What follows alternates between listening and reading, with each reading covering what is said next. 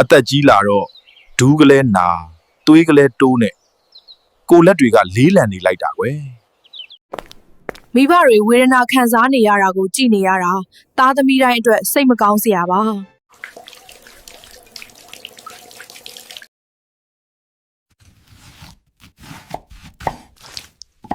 ရိုးရှင်းတဲ့အရာလေးတွေကတခါတလေမှအစွမ်းထက်ဆုံးဆေးဖက်ဝင်ပစ္စည်းတွေဖြစ်လာတတ်ပါတယ်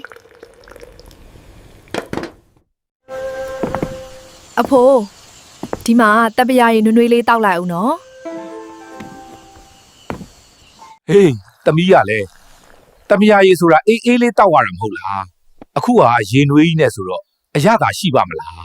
ရေနွေးနွေးနဲ့တောက်မှသွေးကြောတွေကအညစ်အကြေးတွေတန့်စင်သွားမှာအဖိုးရဲ့သွေးလဲကြဝမ်းလဲမှန်စေတယ်လေဘာလို့လဲမေမေ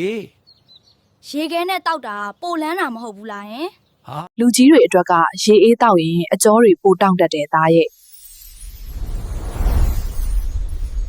တံမရရေအပြအခုဆိုမြင်းခွာရွက်ကိုလည်းဓာတ်စာအဖြစ်စားရမယ်နော်အဖိုး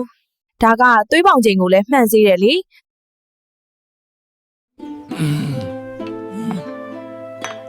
ခက်နွေးနွေးလေးဆိုတော့ရင်ထဲမှာနေလို့ကောင်းမဲ့ပုံပဲ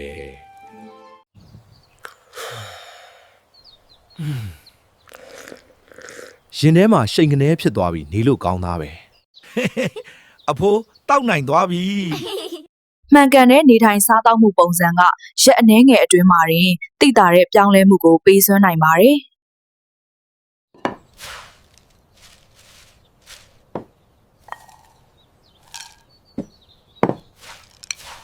ဒီနေ့ထမင်းစားလို့တကယ်မြိတ်နေသမီးရဲ့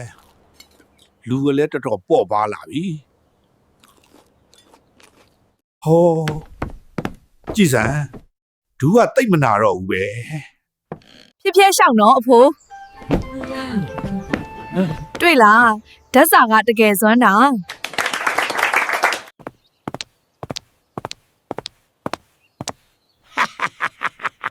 ဒါဘယ်ပွားဟုတ်သွေးပေါင်ချိန်ကတဝက်20ကောက်လိမ့်စေတဲ့အဖိုးတကယ်ကျမ်းမာသွားပြီအခုမှပဲအဖိုးပြန်လဲလန်းဆန်းလာတော့တယ်တမိုးရာရေနွေးနွေးကအဖိုးရဲ့နေ့စဉ်မရှိမဖြစ်ကျမ်းမာရေးအဖော်မုံဖြစ်လာခဲ့ပါတယ်သမီးရေဒီနေ့တော့လူကတော်တော်ပေါ့သွားပြီတံပြာရေနွေးနွေးကတကယ်ဇွန်းတာပဲဟေးသမီးကိုကျေးဇူးတင်ပါတယ်ကွယ်အဖိုးကိုအခုလိုဂရုစိုက်ပေးလို့အစာလဲစေးညေစေးလဲအစာ